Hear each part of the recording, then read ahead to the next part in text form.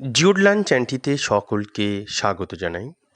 প্রিয় বন্ধু ও শিক্ষার্থীরা, আজকের ভিডিওটিতে আমরা আলোচনা করব দ্বাদশ শ্রেণীর ভূগোল বিষয়ের প্রথম অধ্যায়ের সবচেয়ে গুরুত্বপূর্ণ প্রশ্ন কাস্ট ভূমিরূপ সম্পর্কে।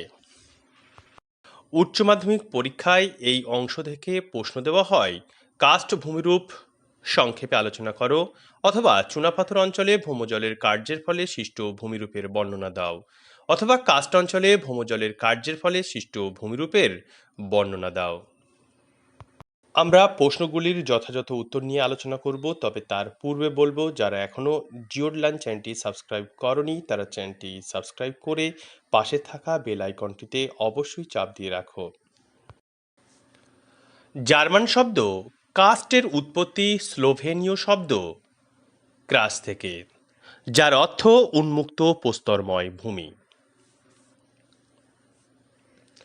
চুনাপাথর, চক, ডলোমাইট, জিপসাম দ্বারা গঠিত অঞ্চলে জলের দ্রবণ ক্রিয়ায় ভূপৃষ্ঠীয় ও উপপৃষ্ঠীয় শিলাসমূহ দ্রবীভূত হয়ে যে বৈশিষ্ট্যপূর্ণ ভূমিরূপ ও জলনির্গম প্রণালী গড়ে ওঠে তাকে কাস্ট ভূমিরূপ বলে, এবং অঞ্চলটিকে কাস্ট অঞ্চল বলা হয়। সংজ্ঞা অনুযায়ী চুনাপাথর বা চক বা ডলোমাইট বা জিপসাম দ্বারা যে সমস্ত অঞ্চল গঠিত, সেই অঞ্চলে জলের দ্রবণ প্রক্রিয়ায় ভূপৃষ্ঠের উপরে বা উপপৃষ্ঠীয় অংশে শিলাসমূহ দ্রবীভূত হয়ে যে সমস্ত ভূমিরূপ এবং জলনির্গম প্রণালী গড়ে তোলে তাকে কাস্ট ভূমিরূপ বলা হচ্ছে, এবং ওই অঞ্চলগুলিকে অর্থাৎ চুনাপাথর, চক, ডলোমাইট, জিপসাম দ্বারা গঠিত অঞ্চলগুলিকে কাস্ট অঞ্চল বলা হচ্ছে। ইউরোপের পূর্বতন যুগোস্লাভিয়া, বর্তমানে বসনিয়া হার্জেগোভিনিয়ার আড্রিয়াটিক সাগরের উপকূলবর্তী চুনাপাথরে গঠিত মালভূমিটি কাস্ট অঞ্চলের প্রকৃষ্ট উদাহরণ। কাস্ট অঞ্চলে ভৌমজলের বা কার্বনিক অ্যাসিড মিশ্রিত জলের ক্ষয়কাজ ও সঞ্চয় কার্যের ফলেই বিভিন্ন ধরনের ভূমিরূপ সৃষ্টি হয়। কিভাবে? কাস্ট অঞ্চলে যে বৃষ্টি হয় সেই বৃষ্টির জল বায়ুমণ্ডলে কার্বন ডাই অক্সাইডের সঙ্গে বিক্রিয়া করে কার্বনিক অ্যাসিড তৈরি করে। এই কার্বনিক অ্যাসিড যখন ভূপৃষ্ঠে পড়ে, ভূপৃষ্ঠে আছে চুনাপাথর, কার্বনিক অ্যাসিড চুনাপাথরের সঙ্গে বিক্রিয়া করে ক্যালসিয়াম বাইকার্বনেট তৈরি করে। ফলে এই অঞ্চলে ক্ষয় ও সঞ্চয় কার্যের ফলে বিভিন্ন ধরনের ভূমিরূপ সৃষ্টি হয়। প্রথমেই ক্ষয়ের ফলে সৃষ্ট ভূমিরূপ। ভূপৃষ্ঠের উপরে সৃষ্ট ক্ষয়জাত ভূমিরূপ এক, টেরা রোসা। ইতালীয় টেরা শব্দের অর্থ মৃত্তিকা এবং রোসা শব্দের অর্থ লাল, সুতরাং টেরা রোসা শব্দের অর্থ হল লাল বর্ণের এক প্রকার মৃত্তিকা। টেরা রোসা নামকরণ করেন ডব্লিউ.এল. কুবিয়েনা। মৃদু থেকে মাঝারি ঢাল বিশিষ্ট চুনাপাথরযুক্ত অঞ্চলে কার্বনিক অ্যাসিড মিশ্রিত জল প্রবাহিত হলে বিশুদ্ধ চুনাপাথর দ্রবীভূত হয়ে অপসারিত হয়। কিন্তু চুনাপাথরে যে সূক্ষ্ম লাল লোহযৌগ থাকে তা অদ্রাব্য বলে ভূপৃষ্ঠের উপরে পড়ে থাকে। এই ভূপৃষ্ঠের উপরে অদ্রাব্য লোহযৌগ পড়ে থেকে কর্দমাক্ত এক ধরনের লাল মাটির সৃষ্টি করে, একে টেরারোসা বলে। সুতরাং টেরারোসা হল চুনাপাথর গঠিত অঞ্চলের লাল রঙের মৃত্তিকা। এই টেরারোসার গভীরতা 1-2 মিটার থেকে কয়েক মিটার পর্যন্ত হয়। এই ধরনের মাটি গঠনের জন্য ভূমিভাগ মৃদু ঢাল বিশিষ্ট হওয়া বাঞ্ছনীয়। ভূমধ্যসাগরীয় অঞ্চল ব্রাজিলের উচ্চভূমিতে টেরারোসা মৃত্তিকা লক্ষ্য করা যায়। এবার আলোচনা করব দ্রবণ খাত নিয়ে। চুনাপাথর গঠিত এলাকায় খাড়া ঢালযুক্ত অঞ্চলে দ্রবণের ফলে অনেক অগভীর গর্তের সৃষ্টি হয়। চুনাপাথরের স্তরগুলির ভূপৃষ্ঠের সমান্তরালে থাকলে তাতে টেরারোসা সঞ্চয় না হলে দ্রবণ কার্যের ফলে যেসব অগভীর গর্তের সৃষ্টি হয় তাদেরকে দ্রবণ খাত বলা হয়। এদের অনেক সময় মাকাটিয়ে বলে। কার্স্ট অঞ্চলে দ্রবণ খাতগুলি বিভিন্ন প্রকারের হয়। উল্লেখযোগ্য দ্রবণ খাতগুলি নিয়ে আমরা আলোচনা করব। প্রথমেই ল্যাপিস বা কারেন। অধিক ঢালযুক্ত চুনাপাথর অঞ্চলে, যেখানে ঢাল 60 থেকে 80 ডিগ্রি, সেখানে কি হচ্ছে, দ্রবণ প্রক্রিয়ায় অসংখ্য অগভীর সরলরৈখিক দীর্ঘায়িত, প্রায় 20 মিটার দীর্ঘায়িত, পরস্পর সমান্তরাল তীক্ষ্ণ শীর্ষদেশ দ্বারা বিভক্ত যে খাত বা পরীক্ষা সৃষ্টি হয় তাকে ফ্রান্সে বলা হচ্ছে ল্যাপিস এবং জার্মানিতে বলা হচ্ছে কারেন। অন্যদিকে যুগোস্লাভিয়ায় এই খাতগুলোকে বুগাজ বলা হচ্ছে। যদিও অপেক্ষাকৃত বৃহৎ ও দীর্ঘ খাতগুলিকে ক্লুফট কারেন বা বুগাজ বলা হয়। অন্ধ্রপ্রদেশের বোরা গুহালুর নিকট অনেক ল্যাপিস বা কারেন লক্ষ্য করা যায়। ল্যাপিস বা কারেন 5 প্রকারের হয়, যথা রিলেন কারেন, ট্রিট কারেন, রিনেন কারেন, রুন্ড কারেন, ক্লুফট কারেন। প্রথমেই রিলেন কারেন। অত্যন্ত ক্ষুদ্র ও ঘন সন্নিবদ্ধ খাঁজগুলির নাম রিলেন কারেন। অন্যদিকে অত্যন্ত ক্ষুদ্র ও সমতল তলদেশযুক্ত সরু খাঁজগুলিকে ট্রিট কারেন বলে। ট্রিট কারেনের ক্ষেত্রে ক্ষুদ্র হলেও তলদেশ হচ্ছে সমতল। রিলেন কারেন অপেক্ষা বড় খাঁজগুলিকে রিনেন কারেন বলা হয়। গোলাকৃতি শিলাখণ্ড দিয়ে গঠিত কারেনকে রুন্ড কারেন বলে। অন্যদিকে দারুণযুক্ত শিলায় লম্বা ও বড় খাত তৈরি হয়, তাকে ক্লুফট কারেন বলা হয়। একে বুগাজও বলে। গ্রাইক ও ক্লিন্ট। উন্মুক্ত চুনাপাথরের স্তর দারুণ ও ফাটল যুক্ত হলে দ্রবণ ক্ষয়ের মাধ্যমে ওই দারুণ ও ফাটলগুলি ক্রমশ প্রশস্ত হতে থাকে। এর ফলে সৃষ্ট দ্রবণ খাতগুলিকে গ্রাইক বলে। গ্রাইকের মধ্যবর্তী প্রায় সমতল আয়তাকার উঁচু শিলাখণ্ডকে ক্লিন্ট বলে। আমরা চিত্রে প্রশস্ত খাত বা গ্রাইক দেখতে পাচ্ছি এবং দুটি গ্রাইকের মাঝখানে সমতল আয়তাকার উঁচু শিলাখণ্ড, যাকে ক্লিন্ট বলা হচ্ছে, তা দেখতে পাচ্ছি। মধ্যপ্রদেশের দুর্গ জেলায় 2 কিমি উত্তরে নন্দিনী খনি অঞ্চলে গ্রাইক ও ক্লিন্ট সৃষ্টি হয়েছে। চুনাপাথরের মেঝে।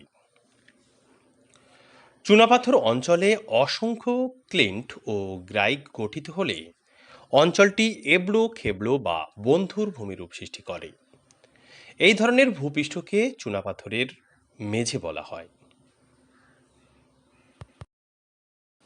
এবারে আমরা আলোচনা করব ভূপৃষ্ঠের নিম্নে সৃষ্ট ক্ষয়জাত ভূমিরূপ বা অবনত ভূমিরূপগুলি নিয়ে। প্রথমেই সিঙ্কহোল। কার্স্ট অঞ্চলে দ্রবণ কার্যের ফলে সৃষ্ট ফাঁদেল আকৃতির অবনত স্থানকে সিঙ্কহোল বলে। কার্স্ট অঞ্চলে দ্রবণ কার্যের ফলে সৃষ্ট ফাঁদেল আকৃতির অবনত যে ভূমিরূপ তাকে সিঙ্কহোল বলা হচ্ছে। সিঙ্কহোলগুলি কয়েক সেন্টিমিটার থেকে 30 মিটার বা তার বেশি গভীর হয়ে থাকে। এর ক্ষেত্রফল কয়েক বর্গমিটার থেকে কয়েকশো বর্গমিটার পর্যন্ত হয়ে থাকে। উৎপত্তি অনুসারে সিঙ্কহোল 2 প্রকার, যথা দ্রবণ সিঙ্কহোল আর ধস সিঙ্কহোল। একাধিক সিঙ্কহোল পরস্পর যদি যুক্ত হয়ে যায় তখন তাকে যৌগিক সিঙ্কহোল বলে। আমরা চিত্রে বিভিন্ন প্রকার অবনত ভূমিরূপ দেখতে পাচ্ছি, তার মধ্যে সবচেয়ে ক্ষুদ্রতম হল সিঙ্কহোল। Swallow whole. চুনাপাথর গঠিত অঞ্চলে জলের দ্রবণ কার্যের ফলে ভূপৃষ্ঠে অসংখ্য ছোট ছোট গর্তের সৃষ্টি হয়, যেগুলির মধ্য দিয়ে জল ভূগর্ভে প্রবেশ করে। ওই সব গর্তের খোলা মুখকেই সোয়ালো হোল বলে। এখানে কিন্তু কি বলা হচ্ছে, যে ছোট গর্ত তৈরি হচ্ছে তাদের যে খোলা মুখ আছে সেই মুখকে সোয়ালো হোল বলা হচ্ছে। ফ্রান্সে এদের সচ, এছাড়া এগুলি গুফ্রে, আভেন, পুইট, কুরিয়েক্স প্রভৃতি নামে পরিচিত। সোয়ালো হোলগুলি প্রকৃতপক্ষে ভূপৃষ্ঠের নিচের গহ্বর। বড় বড় সোয়ালো হোল প্রায় 0.8 কিমি পর্যন্ত গভীর হয়। ইংল্যান্ডের গ্যাপিং জিল বৈশিষ্ট্যপূর্ণ একটি সোয়ালো হোলের উদাহরণ। 15 চুনাপাথর গঠিত অঞ্চলে জলের দ্রবণ কার্যের ফলে যে সমস্ত গর্ত তৈরি হয় বা সিঙ্কহোল বা সোয়ালো হোল তৈরি হয়, এই সিঙ্কহোল বা সোয়ালো হোলগুলি দিয়ে জল যে নলাকৃতির পথে ভূগর্ভে প্রবেশ করে সেই পথগুলিকে পুনর বলা হয়। ডোলাইন। সার্বিয়ান শব্দ ডোলিনা থেকে ডোলাইন শব্দটি এসেছে, যার অর্থ ভূভাগের অবনমন। কাস্ট অঞ্চলে সৃষ্ট বড় আকারের সিঙ্কহোল বা সোয়ালো হোলগুলিকে ডোলাইন বলা হয়। উৎপত্তি অনুযায়ী ডোলাইনকে 5টি ভাগে ভাগ করা যায়, যথা দ্রবণ ডোলাইন, ধস ডোলাইন, দ্রবণ পাইপ ডোলাইন, অবনত ডোলাইন, ককপিট ডোলাইন। দ্রবণ কার্যের মাধ্যমে দ্রবণ ডোলাইন, ধসের কারণে ধস ডোলাইন, দারণযুক্ত অঞ্চলে দ্রবণ কার্যের মাধ্যমে দ্রবণ পাইপ ডোলাইন, মাটির নিচের দ্রাব্য পদার্থ অপসারিত হয়ে অবনমিত ডোলাইন এবং হামস অধ্যুষিত অঞ্চলে ককপিট ডোলাইন গড়ে ওঠে। বৈশিষ্ট্য: দারণযুক্ত বিশুদ্ধ চুনাপাথর অঞ্চলে শুষ্ক নদী উপত্যকায় ডোলাইন গঠিত হয়।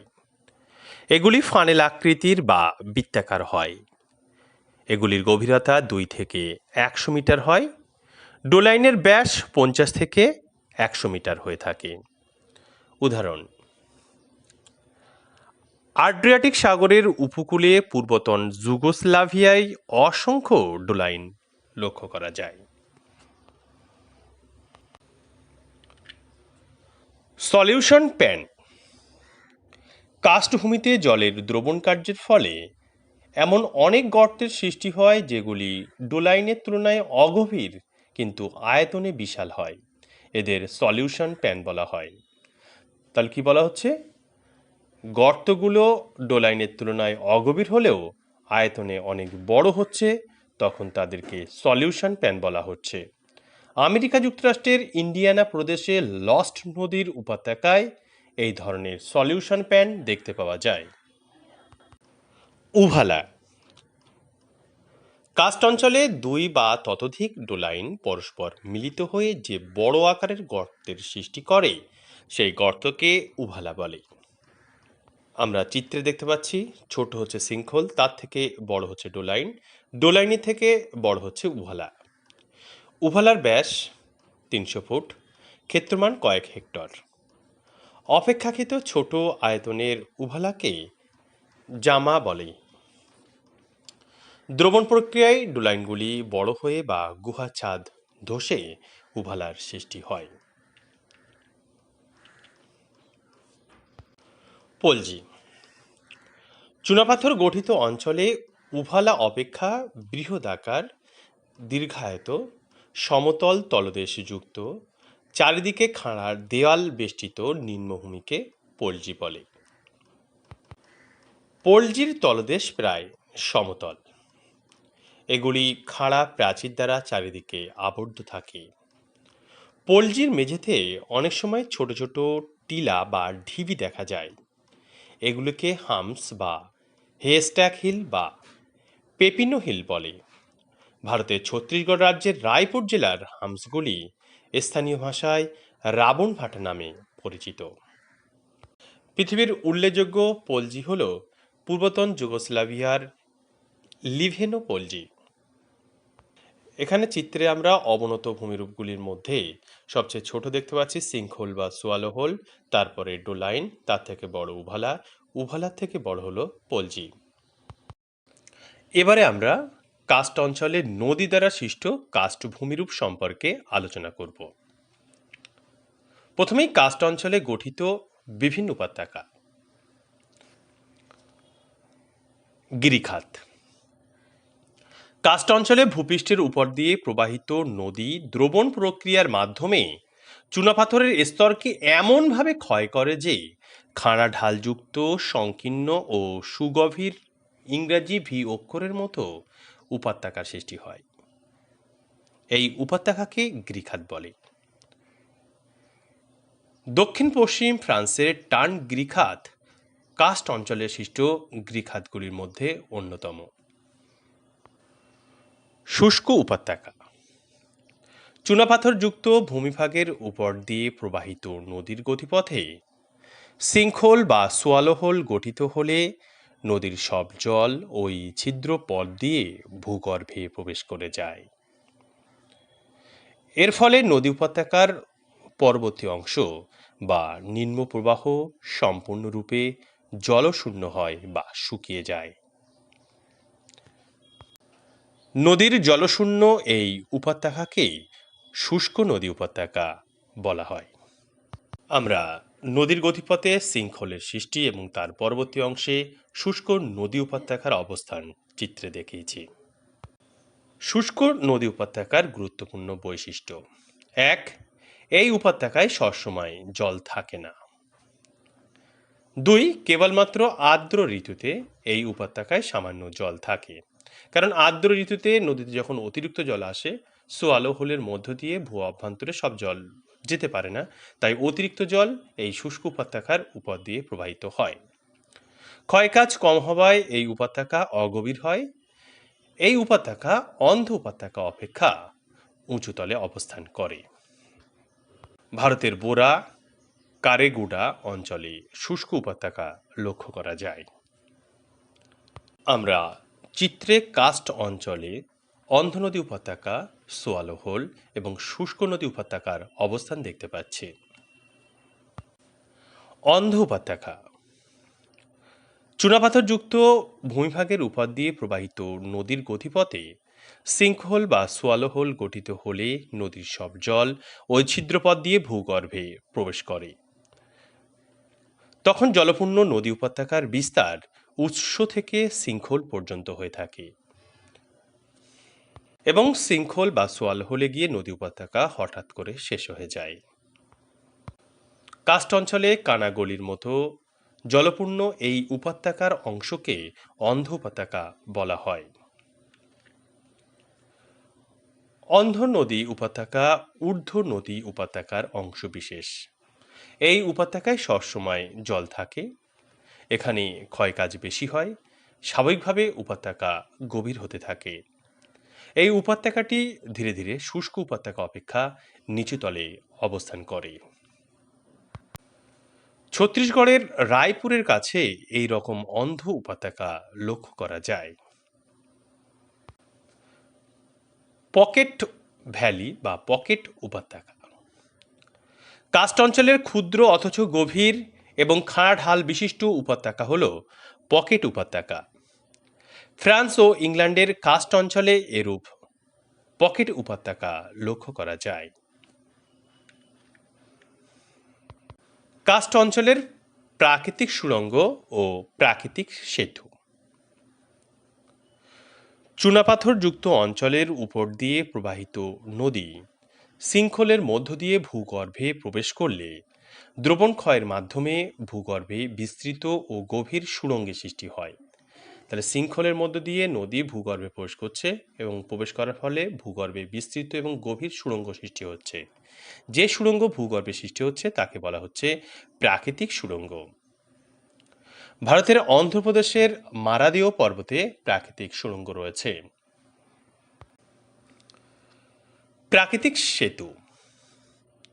প্রাকৃতিক সুড়ঙ্গের গুহার যে ছাদ ধসে পড়লে সুড়ঙ্গ সংকীর্ণ হতে থাকে। ছাদের কিছু অংশ অবশিষ্ট থাকলে তা যোগাযোগ ব্যবস্থার মাধ্যম হিসেবে কাজ করে। একে প্রাকৃতিক সেতু বলে। আমরা চিত্রে দেখতে পাচ্ছি যে সুড়ঙ্গের মধ্য দিয়ে প্রবাহিত নদীর ছাদের দুটি অংশ ভেঙে গিয়েছে, ফলে দুটি কাঁচ জানলা তৈরি হয়েছে এবং দুটি কাঁচ জানালার মাঝখানে ছাদের কিছু অংশ অবশিষ্ট আছে, তা যোগাযোগ ব্যবস্থার মাধ্যম হিসাবে অবস্থান করছে। এটি প্রাকৃতিক সেতু। যুক্তরাষ্ট্রের ভার্জিনিয়া রাজ্যের ন্যাচারাল ব্রিজটি পৃথিবীর বিখ্যাত কাস্ট সেতুর মধ্যে অন্যতম। কাস্ট জানালা। চুনাপাথরযুক্ত ভূগর্ভস্থ নদী সুড়ঙ্গের মধ্য দিয়ে প্রবাহিত হয়ে থাকে। সুড়ঙ্গের ছাদের কোনো অংশ ধসে গেলে সেখান থেকে অর্থাৎ ভূপৃষ্ঠ থেকেই ভূগর্ভস্থ নদীকে দেখা যায়। জানালার মতো এরূপ অংশ অর্থাৎ যেখান থেকে ভূগর্ভস্থ নদীকে দেখা যাচ্ছে সেই জানালার মতো অংশকে কাস্ট জানালা বলা হয়। ভারতের বুড়া গুহা থেকে গোস্থানী নদীর প্রবাহকে দেখা যায়, এটি কাস্ট জানালার আদর্শ উদাহরণ। এবারে আমরা আলোচনা করব ভূগর্ভে গঠিত ক্ষয়জাত কাস্ট ভূমিরূপ। গুহা ও ভূগহ্বর। চুনাপাথর গঠিত অঞ্চলে ভূ অভ্যন্তরের সামান্য গভীরে ক্ষয়জাত ছোট আকারের প্রাকৃতিক শূন্যস্থানকে গুহা বলে। তাহলে চুনাপাথর গঠিত অঞ্চলে ভূ অভ্যন্তরের সামান্য গভীরে ক্ষয়জাত ছোট আকারের যে প্রাকৃতিক শূন্যস্থান তৈরি হচ্ছে তাকে গুহা বলছে। আর এই প্রাকৃতিক শূন্যস্থানগুলো যখন আকারে বা আয়তনে অনেক বড় হয়ে যাবে তখন তাকে ভূগহ্বর বলা হয়।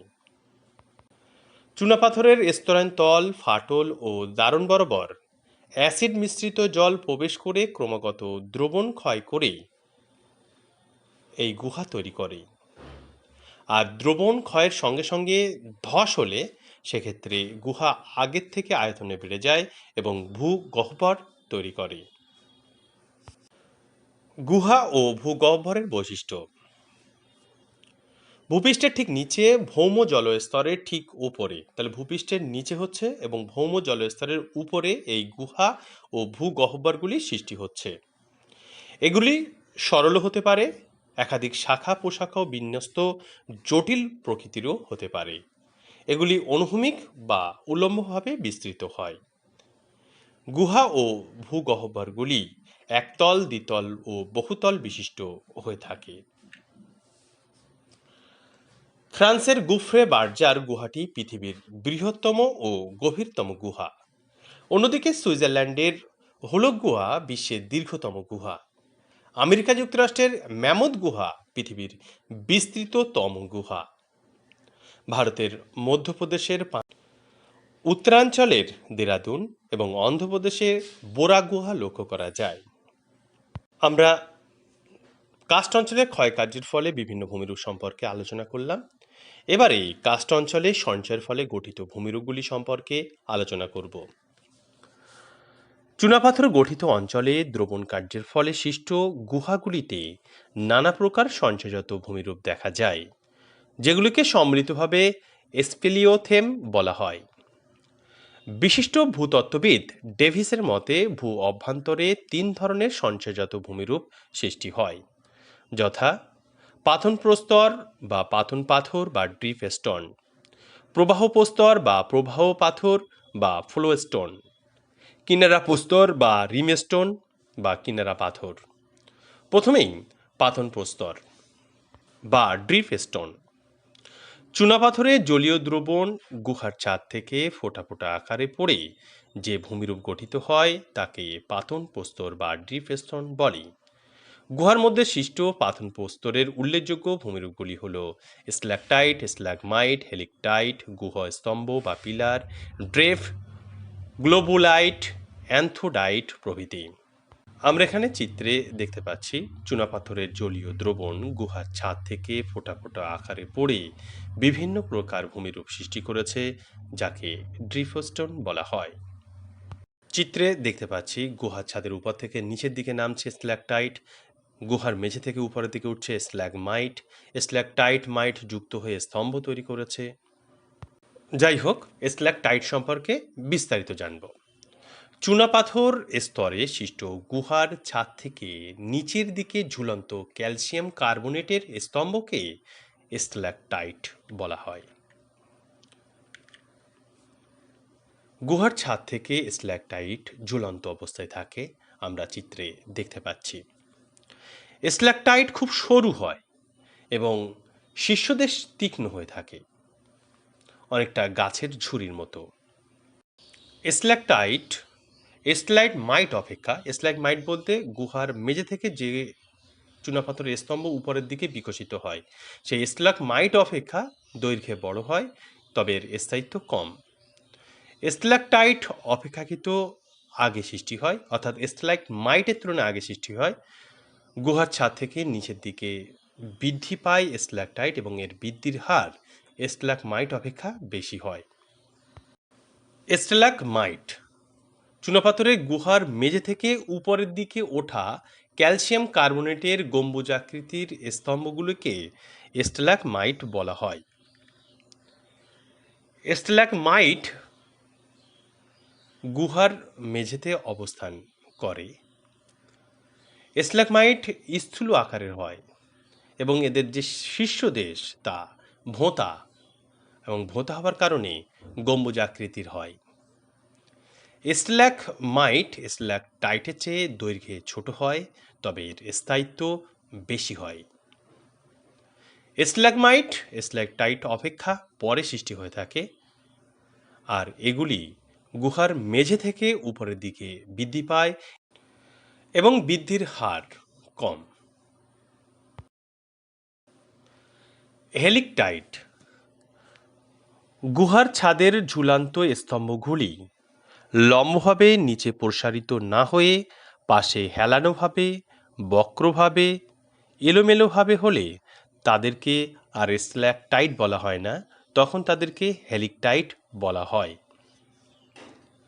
স্তম্ভ গুহার ছাদ থেকে নেমে আসা স্ট্যালাকটাইট এবং মেঝে থেকে উপরে ওঠা স্ট্যালাগমাইট বাড়তে বাড়তে যখন পরস্পর জুড়ে যায়, তখন তাকে গুহা স্তম্ভ বা কেভ পিলার বলা হয়।